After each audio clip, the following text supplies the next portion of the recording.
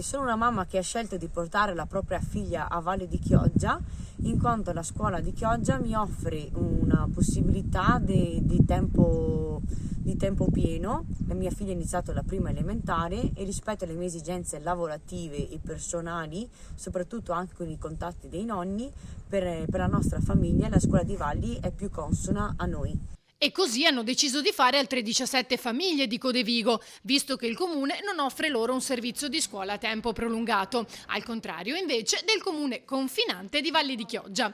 Questo però ha sollevato una polemica sul servizio di trasporto pubblico scolastico, il cui transito sarebbe stato negato dal comune padovano mettendo in difficoltà queste famiglie. Sulla mia pagina ho fatto vedere se è possibile che ogni mattina questi bambini praticamente siano obbligati a fare 300 metri a piedi per arrivare al confine di Chioggia, entrare nel territorio di Chioggia e aspettare lo scuolabus, dove potevano prima attenderlo sotto la tettoia della propria abitazione. Quando arrivava si fermava, raccoglieva il bambino e andava via. Così ci ha pensato il sindaco di Chioggia.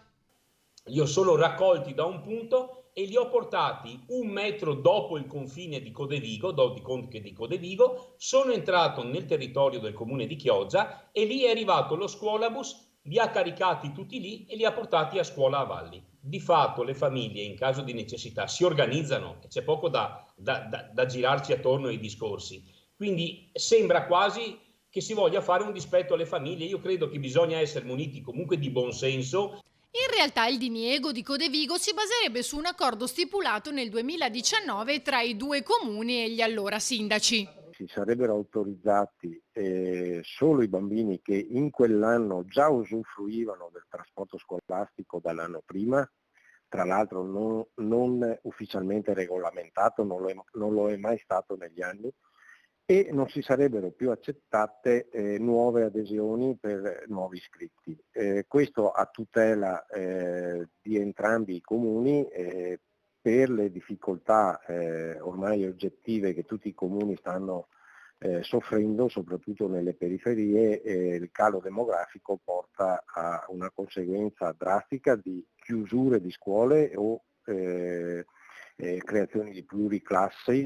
Mi arriva una richiesta di 18 bambini, quindi vuol dire che il comune di Chioggia non ha messo in pratica in questi 6 anni dall'accordo quanto era stato pattuito.